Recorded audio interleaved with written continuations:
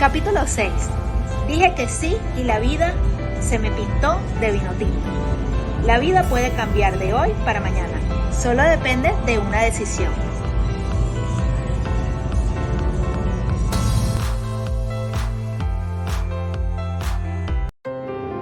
Y este espacio es patrocinado por Metropolitan Inmobiliaria Real Estate.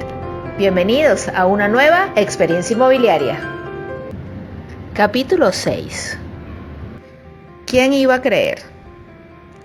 Nada está predestinado, pero todo está conectado.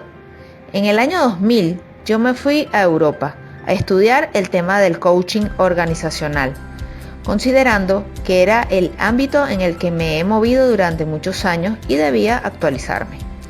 En toda la comunidad gerencial, empresarial, hablan del coaching, no como la herramienta que es, sino como un acto supranatural y de casi brujería que iba a conducir a las empresas, a los grupos o a personas a ser más eficientes, más exitosas y a lograr la excelencia. Era tal esa moda que quien no sabía de coaching no estaba en nada. Efectivamente, me dediqué al estudio del coaching, pero con el tiempo descubrí que un coach no era más que un guía, alguien que ayudaba a la gente a despertar y a definir propósitos en la vida y a descubrir sus recursos personales, esos que les ayudarían a remontar esos retos. Rápidamente me conecté con Consuelo, mi mamá, y me di cuenta de que yo nací con mi coach debajo del brazo. Ella había sido mi coach sin saberlo. ¿Quién iba a pensar que todos esos aprendizajes de alto nivel requieren de cualidades y saberes que ya mi mamá de forma natural poseía?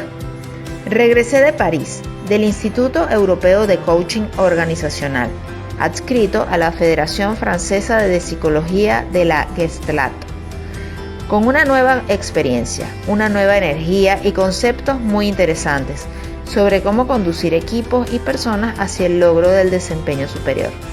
Apenas regresé de París, conocí a Richard Páez, el director técnico de la selección de fútbol de Venezuela, quien tenía en sus manos la misión de cambiar la historia del fútbol nacional. Dicho sea de paso, misión que se logró. ¿Quién iba a creer que los conocimientos adquiridos los utilizaría no en una empresa sino en un equipo de fútbol? En Venezuela, sin lugar a dudas y sin mezquindad alguna, la historia del fútbol tiene dos eras, antes y después de Páez. Y casi digo que no. Teniendo conocimiento de lo que eran los rendimientos de la selección de Venezuela, no representaba a primera vista una oportunidad. Una selección que entre los años 60 y el 2000 había anotado 12 goles en partidos de eliminatoria, es decir, 0.25 gol por año. Dicho de otra manera, cada 4 años un gol. Una selección que nunca había superado más de 5 puntos en las eliminatorias de Sudamérica. Todos los demás países contaban con 3 puntos ganándole a Venezuela, una selección de fútbol sin seguidores y una afición que vibraba con Brasil. La Selección Nacional de Fútbol de Venezuela era conocida como la Cenicienta de Sudamérica, el ranking por debajo de la posición de 110 de la FIFA y un gol averaje de menos 157, más que suficiente para pensar que ahí no había ninguna oportunidad.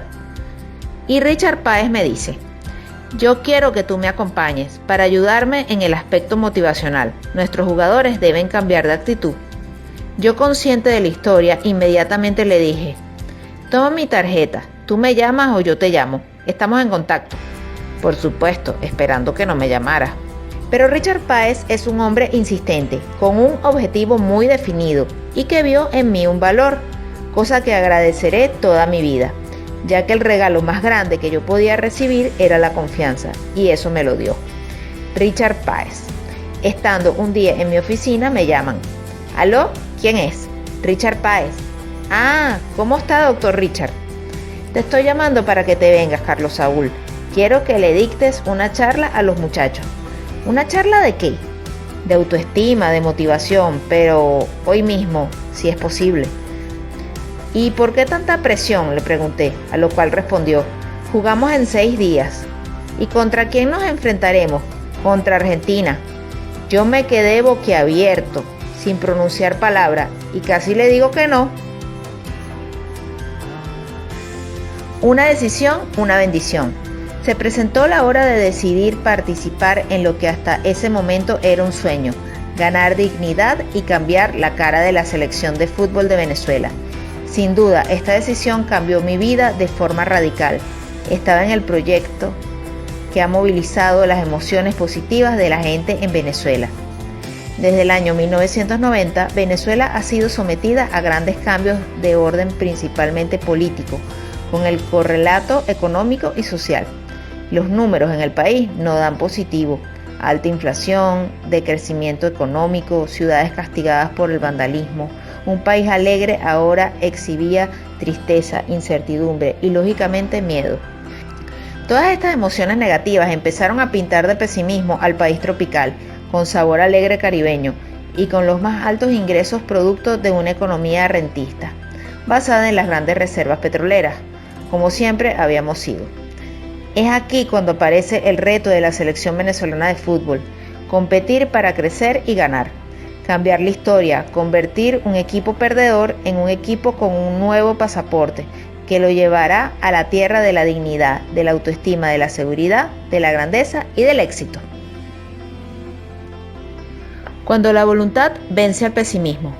En un país como Venezuela, castigado por los desaciertos políticos y económicos, en el cual ha reinado en los últimos años una suerte de desesperanza aprendida, un grupo de hombres liderados por el cirujano traumatólogo Richard Páez se proponía emprender vuelo hacia la búsqueda de la dignidad como selección nacional, demostrando que cuando hay un equipo con espíritu de logro, siempre se puede.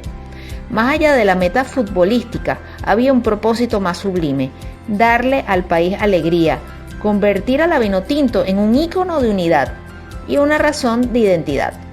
Pero el entorno influye definitivamente en las decisiones que debemos tomar. Cada vez que se presenta una decisión de vida, una encrucijada, una bifurcación, una invitación a soñar, una parte de nuestro entorno conspira, llegando incluso a convertir en barro los sueños más hermosos y los retos más inspiradores que nos podamos plantear. Muchas personas apuestan al fracaso de los demás, y esto se debe al hecho de que mientras más éxito tienen los demás, menos justificación hay para el fracaso o el estancamiento propio. Es decir, mientras más avanzan otros hacia la prosperidad en el mismo entorno en el que yo me muevo y bajo condiciones similares, más confrontado me sentiré. Cuando nos preguntamos por qué unas personas llegan más alto o más lejos que otras, las respuestas son muy variadas.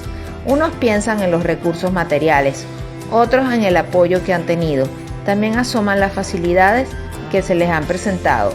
Otras explicaciones están relacionadas con las oportunidades, y no faltan quienes dicen que es porque algún santo los protege, o simplemente dicen que es cuestión de leche, es cuestión de suerte. Pero, ¿qué respuesta debemos dar si partimos del principio de que estamos en igualdad de condiciones en todos los sentidos? Evidentemente, las razones anteriores no tienen cabida, puesto que las explicaciones ya no tendrán foco en lo que sucede afuera de la persona, sino en lo que opera dentro de ella. Aquí es cuando encontramos los casos de gente exitosa, que ha convertido todo lo que les ha sucedido en su vida en una oportunidad. Bien decía Franklin Delano Roosevelt: un optimista convierte una calamidad en oportunidad, y un pesimista hace de su oportunidad una calamidad. Es cuestión de actitud. Para ser exitoso y próspero debemos hacer caso omiso a los falsos profetas, al ejército de pesimistas que están por todas partes sembrando la maleza del negativismo, del no se puede. Debemos pensar que los retos, cuando son muy elevados, son difíciles de conseguir, pero por ello no deja de ser posible conquistarlos. Los grandes logros están asociados a grandes voluntades y a espíritus inquebrantables. Recuerdo a mi mamá diciendo: la vida no va a ser fácil, mijo, hay que prepararse y tener mucha voluntad. En este momento, por cierto, se me viene a la mente una frase que pronunciaba Albert Einstein en un discurso: hay una fuerza más poderosa que el vapor y la electricidad, y es la voluntad. Lo que yo he encontrado en todas las personas exitosas es la combinación de un fuerte deseo de logro, con una fe ciega en que las cosas se van a conseguir. Estos dos elementos esenciales dan vida a la constancia, que consiste en hacer y seguir haciendo sin detenerse y sin dudar. Me recuerdo a mí preguntando a mi familia sobre la propuesta de ir con la Vinotinto como motivador del equipo. Unos me decían de forma categórica: no te metas en eso, ahí no hay vida, esa selección siempre ha sido pura pérdida y te vas a crear una mala reputación. Pero otra gente me estimulaba: tú puedes, tú tienes talento, dale que tú puedes. A lo largo de mi vida he aprendido que se necesita contar con un talento para poder tener verdadero éxito, para poder estar entre los primeros, para conquistar la cima, para sobresalir en una actividad.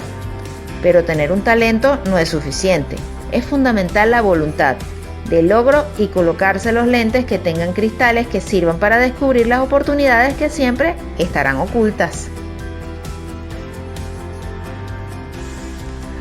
Contra todo pronóstico, decidí sumarme al equipo de Richard Páez. No era fácil luchar contra el pesimismo, contra aquellos que te dicen que no se puede. Sin embargo, al final venció la fe y el optimismo. Llegué a una Vinotinto llena de planes, con una historia perdedora, pero con un líder que tenía un propósito claro: transformar. Demasiado rival es una expresión común en un entorno futbolista que arrastraba una historia perdedora. Es lo mismo que decir: ese mercado es complicado, la vaina está muy difícil, yo no veo salida, y paré de contar. El primer paso que dimos en la Vinotinto fue trabajar con las creencias negativas de los jugadores y luchar contra una historia perdedora. Le correspondía al líder, Richard Páez, infundir confianza, cambiar el software perdedor por otro ganador, decidir con autoridad que nacimos y conformamos este equipo para ganar. A partir de aquí comenzó un proceso de cambio sostenido, que a lo largo de 10 años ha dado los resultados obligados, porque cuando te preparas para ganar, lo normal es ganar. Definitivamente todo es cuestión de actitud. Caerse es válido, pero levantarse es la mejor manera de hacerlo. Sé el maestro de tus sueños. Somos Metropolitan Master.